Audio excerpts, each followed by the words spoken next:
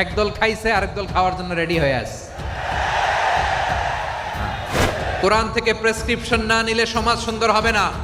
তাহলে ইলেকশন দিবেন না কেন? বিএনপি নাকি চাঁদাবাজি করে, বিএনপি নাকি দখলবাজি করে, বিএনপি নাকি ওই যে কে যেন আজহার নাকি মাঝহার একজন আছে, আগে ওরা খাইছে এখন এরা খেতেছে না, কি বলছে না? আইরে রাজনীতি করবেন স্বনামে আসে, আড়াইলে আপনার থেকে রাজনীতি করেন, জামাতে জয়েন করেন, আপত্তি নেই তো। আপনি কোন এলাকায় নির্বাচনী করেন আমি জানি না, দাঁড়ায় আপনি যে এলাকায় দাঁড়ায় থাকেন, চ্যালেঞ্জ করলাম, আপনি যে এলাকায় দুদু সাহেব, আপনি যে এলাকায়, যে গ্রামে, যে জঙ্গলে, যে জেলায়, যে উপজেলায়, যেখানে খুশি আপনি যে কোনো আসনে খারাপ, আমি একদম সাদা কাগজে লিখে দিতে পারি, ওয়ারেন্টি সরকারি গ্যারান্টি দিলাম। আর আমাদের মিজানুর রহমান সাহেব গিয়ে দাঁড়াবে সেই একই আসনে। দেখেন তো পারেন কিনা হারাতে, জনপ্রিয়তায়, ভালোবাসায়, সম্মানে পারেন কিনা হারাতে, দেখেন তো।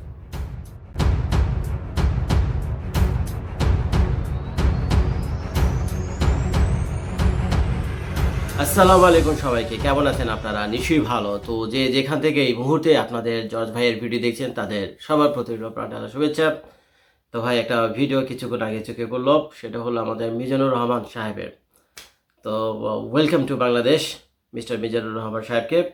উনি দীর্ঘদিন নির্বাসিত ছিলেন মালয়েশিয়াতে কোনো এক সমস্যার কারণে, সম্ভবত সরকারের সাথেই কোনো সমস্যার কারণে দীর্ঘদিন উনি বাংলাদেশে আসেননি বা তাকে আসতে দেওয়া হয়নি।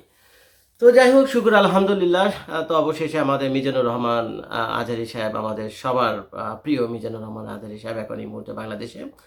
তো আজকে কয় তারিখে ভিডিওটা করছি আমি? জানুয়ারি মাসের 6 তারিখে। তো 3 তারিখে যশোর জেলাতে একটা ভয়াবহ ওয়াজ মাহফিলের আয়োজন করা হয়।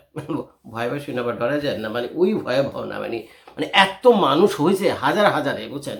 লাখ ছাড়াইছে কিনা তা তো বলতে পারবো না, গইনা তো কেউ দেখেনি, তবে বহু মানুষ। তো এই গত 2-4 বছরে যত ওয়াজ মাহফিল হয়েছে, তো এই 3 তারিখে যশোরে যে ওয়াজ মাহফিলের যে ড্রোন ফুটেজ আমি দেখলাম, তা তো ভাই খুব ভয়ঙ্কর অবস্থা। আমার ধারণা লাখ ছাড়াই যাবে, বুঝছেন? ভয়াবহ অবস্থা, অনেক মানুষ।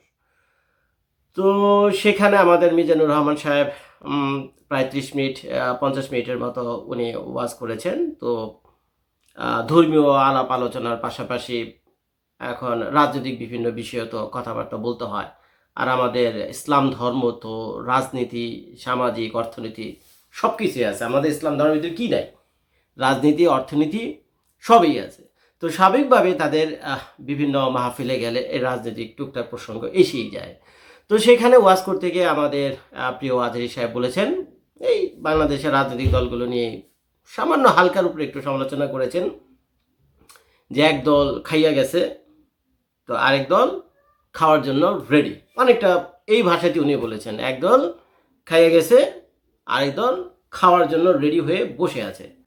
তো এখন এই কথাটা বলার সাথে সাথেই তো স্বাভাবিকভাবে বুঝতে পারছেন, তো বাংলাদেশের রাজনীতি তো মোটামুটি যদি মোটা অক্ষরে একটুখানি দেখেন, তাহলে কি একদিকে হলো আওয়ামী লীগ, আরেকদিকে হলো ওই ধ্বজা ভাঙ্গা বিএনপি। মাইন্ড করেন না, ধ্বজা ভাঙ্গা বললাম একটু ফাইট কর, মানে একটু ফান করার জন্য, কারণ মানে ওটার অবস্থা আসলেই ধ্বজা ভাঙ্গা। তো যারা বুঝার তারা বুঝে নিছেন। তো এখন এই কথাটা বলার সাথে সাথে তো আমাদের আওয়ামী লীগ ভাইদের খুব একটা প্রতিক্রিয়া জানা যায়নি, যেহেতু আওয়ামী লীগের ভাইয়েরা এখন তো রেস্টে আছে, বুঝছেন? আওয়ামী লীগের ভাইয়েরা এখন রেস্টে আছে, আন্ডারগ্রাউন্ডে আছে, এবং অনেকে হেরেমখানায় চলে গেছে, কেউ ক্যানাডাতে চলে আসছে। বিশাল এক দল বর্তমানে ভারতে অবস্থান করতেছে, তারপর নানান দেশে, আমেরিকা তো ভাই বহুত আছে, বুঝছেন? আমেরিকা তো বহুত আছে। তো তারা এটাকে আর কেয়ার করেনি, বুঝছেন? মিজানুর রহমান আজহারী সাহেবের এই বক্তব্যকে আওয়ামী লীগের পক্ষ থেকে কোনো একটা রিয়াকশন আমরা খুব একটা পাইনি। কিন্তু দুদু সাহেব, আমাদের বিএনপির কেন্দ্রীয় যে কয়জন নেতা রয়েছেন, তার মধ্যে আমাদের মিস্টার দুদু সাহেব হলো একজন, শামসুদ্দিন দুদু সম্ভবত পুরো নাম হবে। তো সেই দুদু সাহেব একটু রিয়াকশন জানিয়েছেন, আমাদের শুধু রিয়াকশন না, উনি আসলে খুব খারাপ ভাষায় রিয়াকশনটা জানিয়েছেন আজহারী সাহেবের এই কমেন্টস যেটা উনি করেছেন, বা ওই ওয়াজ মাহফিলে যা বলেছেন সেটার উপর, এবং খুব নোংরা ভাষায় উনি বলেছেন। তো সেটা হলো যে আজহারী সাহেব উনি মানে তাকে তুচ্ছ তাচ্ছিল্য করে বলতেছে যে আজহারি না ফাজারি, কে যেন একজন আছে, আজহারি না মাঝহারি, কথাটা অনেকটা ভাষাটা শুনেন, আজহারি না মাঝহারি, কে যেন একজন আছে না। তো আয়সা বলতেছে ওই এক দল খাইয়া গেছে, আরেক দল খাওয়ার জন্য রেডি হয়ে গেছে। তো এখন উনি আজহারী সাহেবকে সরাসরি নাম দিলে তো বলেননি, কিন্তু আমরা তো সবাই বুঝছি। তো ইঙ্গিত দিয়ে বলতেছেন, আরে মিয়া তুমি মানে ঠ্যাস মেয়েরা কথা কও কেন? মুখের ভাষাটা অনেকটা এরকম, তুমি ঠ্যাস মেয়েরা কথা কও না কেন? রাজনীতি করবা, ক্ষমতায় আসবা, মন্ত্রী এমপি হইবা, তো ভালো কথা, নাম লেখাও, রাজনীতির খাতে নাম লেখাও। জামায়াত করবা তো করো, জামায়াত করো। তো এইসব তুচ্ছ তাচ্ছিল্য ভাবে যদি সম্ভব হয়, আমি তো আসলে কপিরাইটের কারণে ভিডিও টিডিও দিতে ভয় করে অনেক জনের, বুঝছেন? খামাখা আমার ভিডিও যদি ভাইরাল টাইরাল হয়ে যায়, তারপর যদি তাহলে দিয়ে একটা কপিরাইট মানে ওই রিপোর্ট খাইতে, তবে আরেক ঝামেলা, বুঝছেন? এই জন্য আমি ভয়ে কারো ভিডিও টিডিও দিই না। তো যাই হোক, মিজানুর রহমান সাহেবের কয়েক সেকেন্ড আর ওই দুদু সাহেবের কয়েক সেকেন্ড অনেক রিস্ক নিয়ে, বুঝছেন, আমার ভিডিওর উপরে দিয়ে দেবো, বাকিটা আল্লাহ তাআলার ইচ্ছা। তো এখন এগুলো বলছে, তো এগুলো মানে বলার পর মানে দুজনের কথাই আমি শুনলাম, মিজানুর রহমান আজিজ সাহেবের কথা শুনলাম, দুদু সাহেবের রিয়াকশন সেটাও আমি দেখলাম। ভাই আমাদের আসলে কপালই খারাপ, বুঝছেন? আমাদের আসলে কপালই খারাপ। বাংলাদেশ আসলে খুব সুন্দর একটা দেশ, মানে অনন্ত সম্ভাবনার একটা দেশ। এই ইউরোপ আমেরিকা বলে না, এগুলো কিছু না বাংলাদেশের কাছে। কারণ বাংলাদেশ নদীমাতৃক দেশ, গ্লোবালি ভৌগোলিকভাবে এমন এক পজিশনে বাংলাদেশ, আল্লাহ একেবারে ধনে রত্নে ভইরা দিছে। কিন্তু আমাদের কিসমত খারাপ যে আমরা কোনো ভালো অভিভাবকের হাতে পড়িনি, যে এগুলোকে ঠিকঠাক মতো বিলি বন্টন করবে, পরিচর্যা করবে, দেশের মানুষের জানমালের উন্নয়ন ঘটাবে, বিশ্বের বুকে বাংলাদেশকে ওইভাবে একটা সেটেলমেন্টের দিকে নিয়ে যাবে, এরকম কোনো অভিভাবক আমরা পাইনি। সব পাইছি চোর চোরটা। তো এখন তো ভাই এটা আমার কথা না, আবার চিল্লেন না, এটা আমি করতেছি না। বাংলাদেশের 18 কোটি মানুষের ওই শিশু হইব কত, 20-50 লাখ বা 1-2 কোটি শিশু হইলে হইতে পারে। তো যাই হোক, শিশুগুলিরা বাদ দিয়ে বাকি যত বয়স্ক মানুষ আছে, বুঝছেন, অ্যাডাল্ট বয়স্ক মানুষ যারা আছে, তাদেরকে জিজ্ঞেস করে দেখেন ভাই, বাংলাদেশ স্বাধীন হয়েছে তো 53 বছর নাকি? তো 53 বছরে বাংলাদেশের ইতিহাসে সত্যি সত্যি কি বাংলাদেশ কোনো ভালো অভিভাবক পেয়েছিল কিনা, তার মানে কোনো রাজনৈতিক লিডার পেয়েছিল কিনা, political leader? Answer is no, answer is no. তো যখনই আমরা কারোকে ক্ষমতা এনেছি, কখনো ভোট দিয়ে আমরা ক্ষমতায় বসাইছি, বা কখনো তারা নিজেরাই জোর জবরদস্তি এসে বসে গেছে, বুঝছেন? যেমনটা ওই কিছুদিন আগে আওয়ামী লীগ সরকারের অবস্থা তো দেখলেনি। প্রথমবার বেচারা ফেয়ার ইলেকশনের মাধ্যমে ইলেক্টেড হয়েই পজিশনে এসেছিলেন, রুলিং পজিশনে এসেছিলেন, বাট আফটার দ্যাট কি হইল? 15টা বছর ভাই আমাদের ঘাড়ের উপরে চেপে রইল, তারপরে কয়েক হাজার প্লাবন মারা গেল, কি একটা গন্ডগোল, 15 বছর সবকিছু সত্যানাশ করে দিয়ে গেছে। তো এখন মিজানুর রহমান সাহেব তো এই দেশেরই সন্তান, বাংলাদেশের সন্তান না রে ভাই। মিজানুর রহমানও বাংলাদেশের সন্তান, আমিও বাংলাদেশের সন্তান, আপনারা যারা ভিডিওটা দেখতেছেন তারাও সবাই বাংলাদেশের সন্তান। বাংলাদেশের কিছু হলে ভাই লাগে আমাকে, বুঝছেন? বাংলাদেশের কিছু ভালো কিছু শুনলে গর্বে যেমন বুকটা ভরে যায়, আর বাংলাদেশের খারাপ কোনো সংবাদ আসলে ভিতরে লাগে, ওই যার ফলে ক্ষোভ নিয়ে দুই একটা ভিডিও টিডিও করি। নাহলে বাংলাদেশের অর্থনীতি, রাজনীতি, শিক্ষা কোনোটার সাথেই আবার কোনো সম্পর্ক নেই। খামাখা পেঁচাল পারে কেন? পেঁচাল পারে এখানে আমার পোলাপান তো আর বড় বাংলাদেশে যাবে বলে তো মনে হয় না। আমি যতদিন বেঁচে আছি, যতটুকু পারি অন্তত বাংলাদেশ যাতে একটা কি বলবে, রাইট ডিরেকশন পায়, একদম রাইট লিডারশিপের হাতে গিয়ে পড়ে, তো ওর জন্য আমরা সবাই চেষ্টা করে যাচ্ছি। ওদিকে আছে ইলিয়াস সাহেব, ওদিকে আছে পিনাক সাহেব, এদিকে ছোটো মোটো অনেক ইউটিউবার আছে, বাংলাদেশে আপনারা রয়েছেন। আমরা সবাই আমাদের একটাই টার্গেট, যে বাংলাদেশ একটা ভালো লোকের হাতে পড়ুক, ভালো কিছু লোকের হাতে পড়ুক, আমরা আবার মাথা উঁচু করে দাঁড়াই। ভারতের সাথে এই ধাক্কাধাক্কিতে টিকতে হলে আমাদের নিজের ঘর আগে ঠিক করতে হবে, বুঝছেন ভাই? আপনি নিজের ঘরের ভিতরে রেখে রয়েছে সারাদিন ঝগড়াঝাটি, দুর্নীতি, চুরি, বদমাশি নিয়ে আপনারা ব্যস্ত। নিজের ঘরের কোনো ঠিক ঠিকানা নেই, আমার ঘরের লোকজন আমারই চুরি করে শেষ করে দিতেছে, সব খাওয়া দাওয়া শেষ করে দিতেছে। আপনি আবার আরেকজনের সাথে ফাইট করতে যান বা সামনে দাঁড়াইতে চান, মিয়া কোন সাহসে? এটা লজিক্যালি এই কথাটা সত্য। তো যাই হোক, খুব নিয়ে কথাটা বললাম, তো আগে নিজেদেরকে ঠিক হতে হবে। তো এই জন্য মিজানুর রহমান সাহেব খুব কষ্ট নিয়ে কথাটা বলছে, যে একদল খাইয়া এই মাত্র গেছে, একদল খাইয়া দেয় এই মাত্র গেছে। তো খাইয়া দেয় এই মাত্র গেছে প্রায় 3 লক্ষ কোটি টাকা। সর্বনাশ! আমার ক্যালকুলেটারে তো আসবে না এত টাকা, আসবে না কিনা ভাই?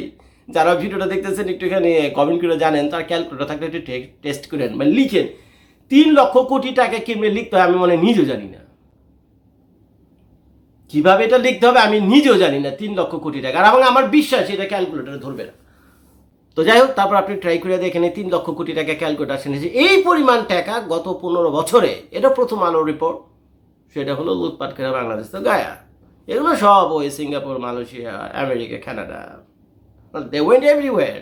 এই টাকাগুলো চলে গেছে বিভিন্ন দেশে, বিভিন্ন হাতে হাতে, বুঝছেন? রাজার হালে তারা দিনকাল কাটাইতেছে। আর বাংলাদেশের ভুকা ভাঙা মানুষের কথা থাল হাতে রাস্তায় এখন বসে। তো এখন এই কষ্টের কথাটাই আমাদের মিজানুর রহমান সাহেব বলছে যে একদল গেছে খায়াটে, এখন আর একদল খাওয়ার জন্য রেডি হয়ে পড়েছেন। কেন বলছি কথাটা? কারণ যে দলটা এখন ক্ষমতায় আসার জন্য ওত পেতে বসে রয়েছে, রেডি হয়ে রয়েছে, বিএনপির কথাই আমরা বলতেছি আর কি। তো সেই দলটা তো গত 2-3 বার তো ছিল, ক্ষমতায়ও ছিল তারা। তা আহামরি খুব যে একটা ভালো কিছু করছে এই নজিরও তো ভাই আমরা দেখতে পাই না। তাদেরও ভাই কমপ্লেনের কোনো শেষ নেই, এরও লুটে পিঠা খাইছে। হয়তো আওয়ামী লীগের মতো এত লুটেপুটে খাওয়ার সুযোগ তারা পায়নি, পাইলে হয়তো বা করতো, কিন্তু লুটে পিঠে খাইছে। তো এখন খেয়াল করে দেখেন, আওয়ামী লীগে যারা আপনারা পছন্দ করেন না, ভোটটা আপনারা কারে দিবেন? ভোটটা আপনারা কারে দিবেন? তো মনে দুঃখে গিয়ে আপনারা বিএনপি দিয়ে আসেন। তো বিএনপি সেই ভোট পেয়ে মনে করে হায় আল্লাহ, পাবলিক তো আমাদের খুব পছন্দ করে, কি অবস্থা, একবার আওয়ামী লীগ একবার বিএনপি ক্ষমতায় আসবে, একবার আওয়ামী লীগ একবার বিএনপি ক্ষমতায় আসে, মানে 50-50, কি এক অবস্থা। আমাদের তো বাংলাদেশের মানুষ জানি কত পছন্দ করে না রে ভাই, না, কথাটা ঠিক না, বুঝছেন? ওই আওয়ামী লীগের ভোট দিব না, আওয়ামী লীগের ভোট দিবে না নানান সমস্যার কারণে, তো এর জন্য ভাই মনের কষ্টকে কারণে কারণে তো ভোটটা দিতে হতো গিয়া ভাই, ওই বিএনপি ভোটটা দেয়। তো সেই ভোট পেয়ে তাদের আজকের এই অবস্থা। তো দুদু সাহেব এইভাবে তিরস্কার করলেন আজহারী সাহেবকে। আরে ভাই, দুদু সাহেবকে বলছে ভাই আপনার আমি চিনি না ভাই, আপনি আমাকে আপনার চিনা দরকার নেই, আমি হলো আমজনতা, আপনাদের তো ভাই সময় নেই আমজনতার সাথে কথা বলার, আমজনতার মতামত নেওয়ার কিছু নেই। আপনারা পাওয়ারে গেলেই লুটপাট, পাওয়ারে গেলেই হলো আপনার লুটপাট, ওগুলি সময় আছে নাকি? পাবলিক কি বলে, কি কোন জায়গায় কি বলে, বুঝছেন? এইগুলি হলো সময় নেই, খালি কোনো মতে ক্ষমতাটা আসতে পারলে হইলো, বুঝছেন? এইগুলো আপনার টার্গেট। তো যাই হোক, একটা কথা আপনাকে বলি শুনেন, আমাদের আজহারী সাহেব, আপনি কোন এলাকায় নির্বাচনী করেন আমি জানি না, দাঁড়ান, আপনি যে এলাকায় দাঁড়ায় থাকেন চ্যালেঞ্জ করলাম, আপনি যে এলাকায় দুদু সাহেব, আপনি যে এলাকায়, যে গ্রামে, যে জঙ্গলে, যে জেলায়, যে উপজেলায়, যেখানে খুশি আপনি যে কোনো আসনে খারাপ, আমি একদম সাদা কাগজে লিখে দিতে পারি, ওয়ারেন্টি সরকারি গ্যারান্টি দিলাম। আর আমাদের মিজানুর রহমান সাহেব গিয়ে দাঁড়াবে সেই একই আসনে, দেখেন তো পারেন কিনা হারাতে, জনপ্রিয়তায়, ভালোবাসায়, সম্মানে পারেন কিনা হারাতে, দেখেন তো। তো যাই হোক ভাই, এইগুলো অবস্থা। মানুষকে আপনারা সম্মান করতে শিখেন, দুদিন পর মানুষ আপনাদেরকে এমনি সম্মান করবে। আর নিজেদের ভুল থেকে শেখেন, যাতে সেই ভুলের পুনরাবৃত্তি না হয়। আমরা সবাই চাই একটা সুন্দর বাংলাদেশ হোক, বাংলাদেশ একটা ভালো লিডারশিপের হাতে গিয়ে পড়ুক, ভালো কিছু লোকের হাতে এসে পড়ুক, এটাই আমাদের প্রত্যাশা। ভিডিওটি দেখার জন্য সবাইকে ধন্যবাদ। আসসালামু আলাইকুম।